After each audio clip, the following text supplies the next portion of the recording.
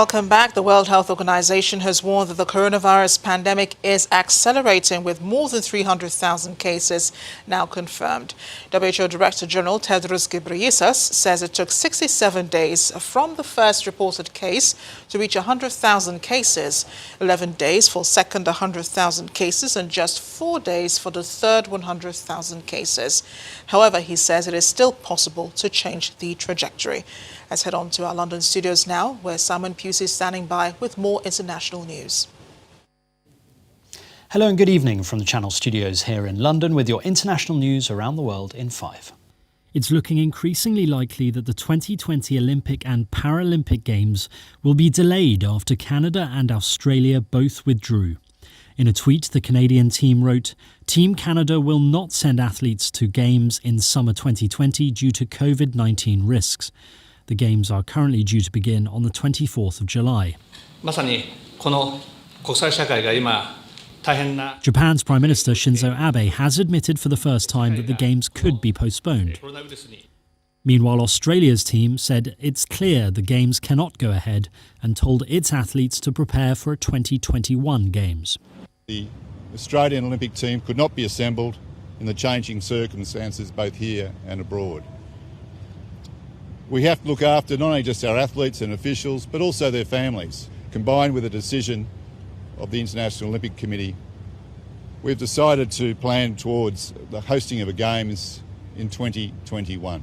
The former Hollywood producer and convicted sex offender Harvey Weinstein has tested positive for the virus while in prison and is now in isolation.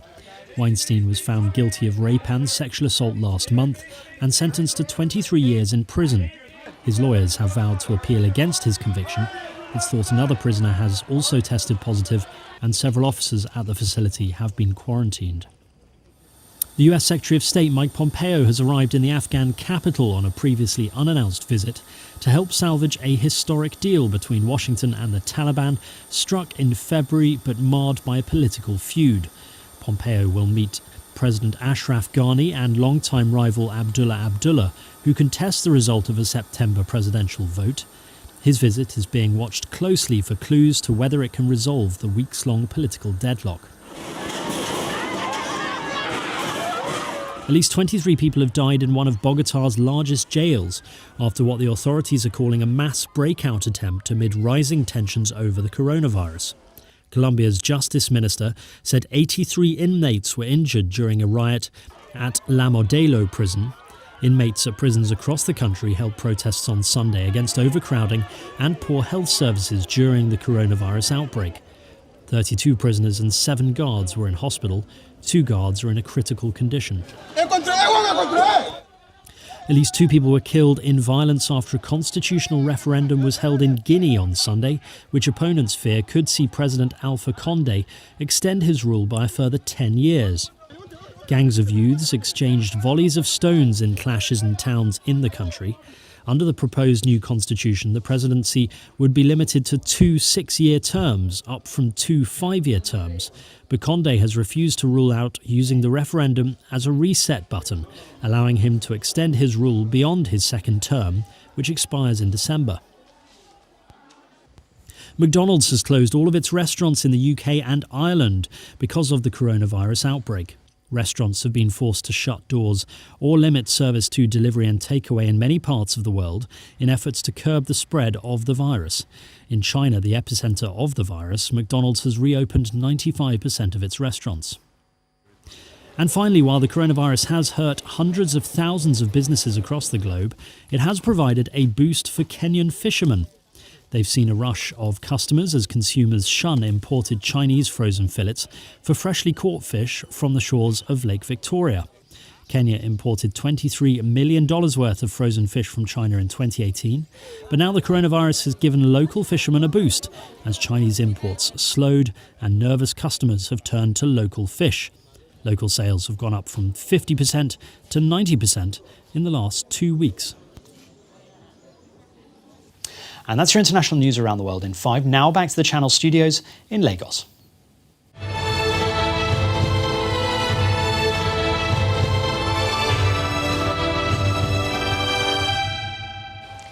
Let's check in on sports news now with Charles Eruka.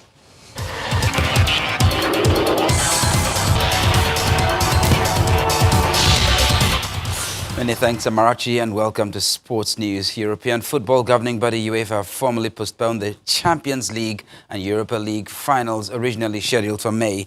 No decision has been made on a rescheduled date. The working group established last week as a result of the conference call among the stakeholders of European football, which was chaired by UEFA President Alexander Ceferin, will analyse the options available.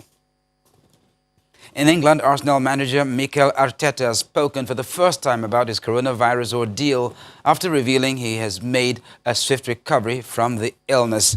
Arteta became the first high-profile figure in English football to be struck down by the virus, which prompted the English Premier League to suspend fixtures. And elsewhere, veteran IOC member Dick Pound has revealed plans are now being made for the Tokyo Olympics to be postponed and are likely to be rescheduled for 2021. Speaking to USA Today, Pound says details will be worked out in the next 4 weeks, with the Games most likely to be moved to 2021. And Norwegian Olympics Committee President Berit Kjøll says Norway should not send athletes to this year's Tokyo Olympics until the coronavirus pandemic is under control. Now, this is coming after Canada and Australia confirmed they will not send athletes to the 2020 Olympic Games in Tokyo because of the risks associated with the coronavirus outbreak. That's it on Sports News, and it's back to Amarachi with a wrap.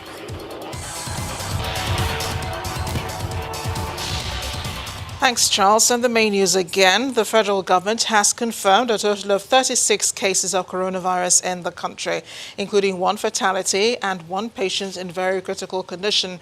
The Minister of Health, Dr. Osage Hanire, also announced 6 new cases of the virus, bringing the number of cases to 36. That's all on the news at 10 tonight. Thank you for watching. I am Amarachi Ubani. Good night.